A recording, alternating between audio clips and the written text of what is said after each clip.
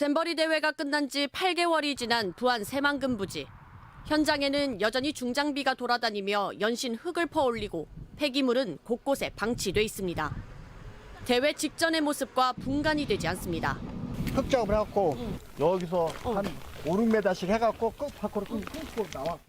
당초 농식품부와의 계약에 따라 지난해 12월까지 부지의 원상복구를 마쳐야 했지만 이달 말까지 반납 기한을 미룬 상황입니다. 하지만 최근 조직위가 올린 폐기물 처리 입찰을 보면 약속 이행에는 앞으로 3개월은 더 걸릴 것으로 보입니다. 당초 계획대로라면 이곳은 대규모 조사료 단지로 조성될 준비가 한창이어야 하지만 아직도 철거 작업을 마치지 못한 상황입니다. 조직위가 반납 기한을 거듭 연장하면서 민간의 용지를 임대한다는 정부의 계획에도 차질이 불가피해 보입니다.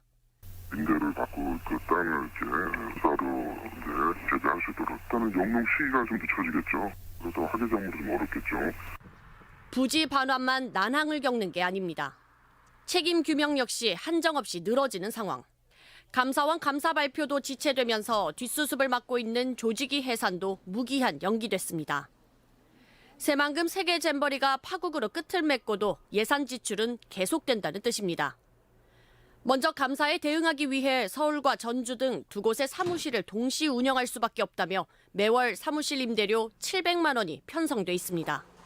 통장님도 기본적으로는 여기 전북사무소로 출퇴근을 하시고요.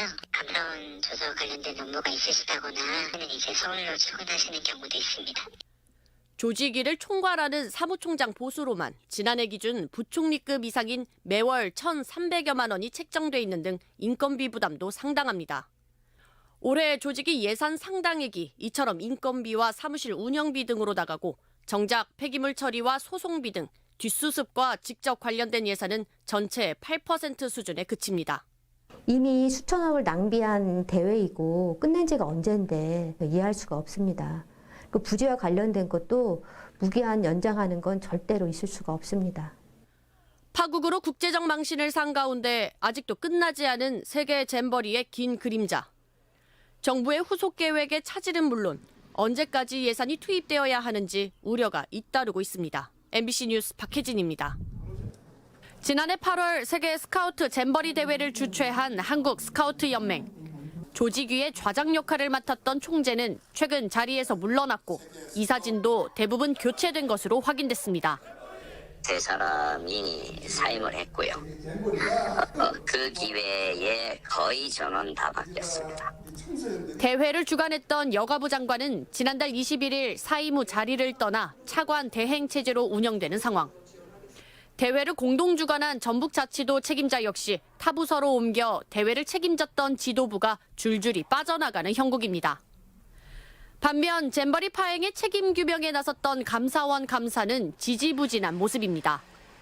여가부와 행안부, 전북자치도 등 16개 기관을 대상으로 준비부터 폐영까지 대대적인 감사를 벌인 감사원.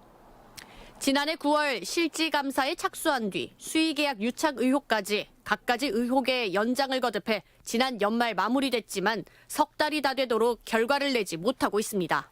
저희가 이제 단계별로 좀 거치는데요. 중요한데 의견 수렴 단계라 좀 시간이 좀 걸린다고 그렇게 보시면 될 것 같습니다. 통상적으로 결과 공개까지는 모두 6단계를 거쳐야 하지만 2단계에 멈춰 있는 겁니다. 가장 큰 문제는 감사 결과가 좀처럼 공개되지 않고 시간만 흐르다 감사 취지였던 책임 묻기가 흐지부지 될 수 있다는 겁니다.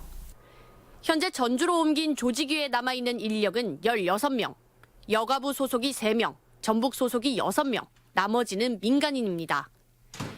감사 대상인 행안부와 부안군 등 다른 기관들도 모두 돌아간 상황입니다. 좀처럼 속도를 내지 못하는 감사에 대회가 끝난 지 7개월이 넘도록 해산도 못해 올해 17억의 예산이 편성됐습니다. 감사 대응을 계속 하고 있는 거고요. 이 내용이 더 확인할 필요한 사항이라든지 이런 거 있으면 연락이 오고 그렇습니다. 스카우트 연맹 고위직과 여성가족부 장관 등 잼버리를 이끈 책임자들이 자리에서 사라지는 가운데 기약 없는 감사 결과 공개. 국제적인 망신거리가 된 잼버리 파행에 대한 책임 규명 없이 보여주기식으로 끝나는 것은 아닌지 우려의 목소리가 나오고 있습니다. MBC 뉴스 박혜진입니다. 형형색색 텐트가 들어선 새만금 잼버리 야영지. 정부가 농지관리기금 1,846억 원을 투입해 매립한 땅입니다. 원래 다른 농지 매립사업 하듯이 그 매립사업을 진행을 했고요. 8.8제곱킬로미터, 축구장 1,200개 규모의 광활한 부지 위에 4만여 명이 12일간 야영할 수 있도록 각종 시설이 들어섰습니다. 화장실과 샤워장, 급식실, 상하수도, 그리고 전기시설까지 세워졌습니다.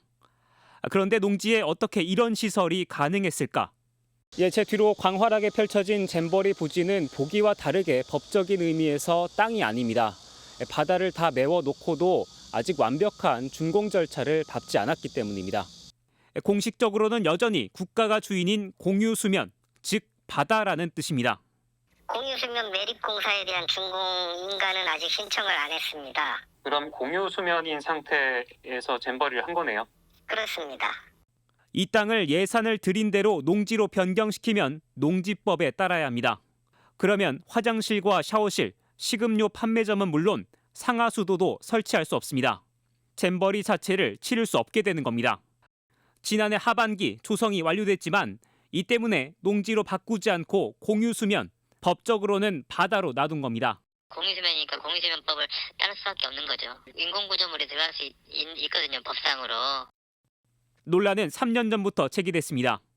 정책적인 판단의 영역일 수도 있는데요. 잼버리 용도로 사용할 목적이었으면서도 이걸 농지관리기금을 끌어다가 매립을 한 것이 과연 적절한 의사결정이었는지.